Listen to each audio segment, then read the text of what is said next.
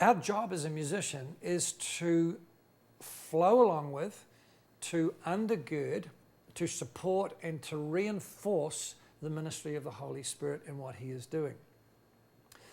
So we want to be very concerned, not in a worrying sense, but we want to be aware of and tapping into the whole realm of atmospheres.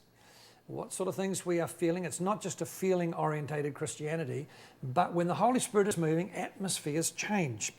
And so one of the greatest supports to an atmosphere is music, which is why they put music behind a film, in a film track, because it creates the atmosphere and the frame of reference within the action that the action takes place in.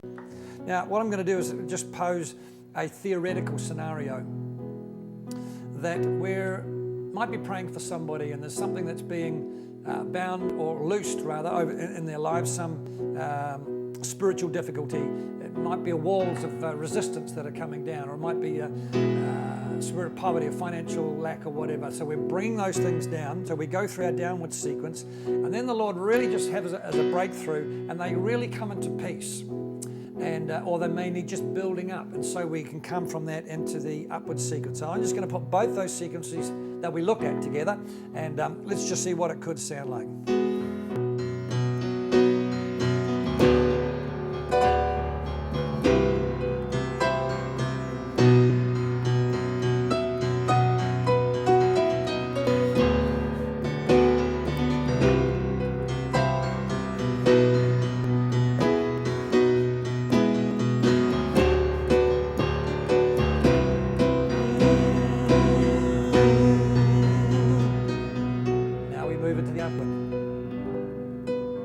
Into peace.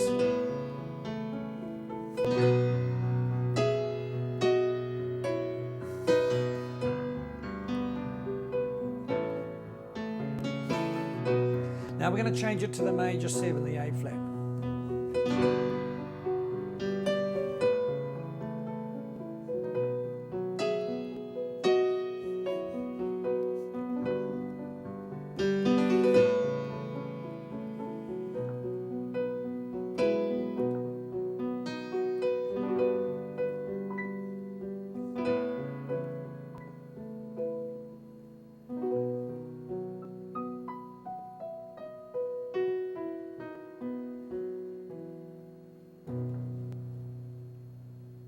It's like any tool. You can overuse it and it just become a bit ho-hum. But just remember that if you've got the ability to be able to play the same chord structure that you were playing in another key, that's a huge advantage.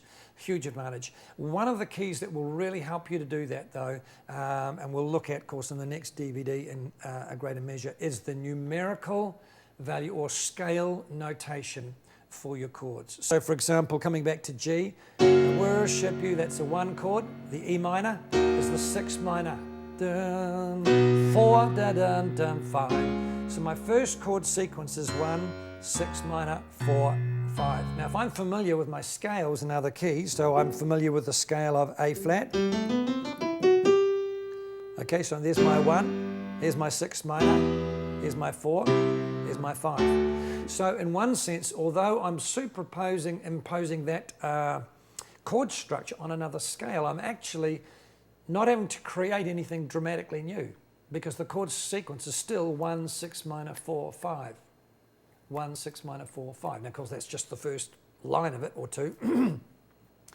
So that's an incentive to actually learn your chords by their numerical value, because that really lifts you into a whole new area of freedom and creativity to be able to play in different keys.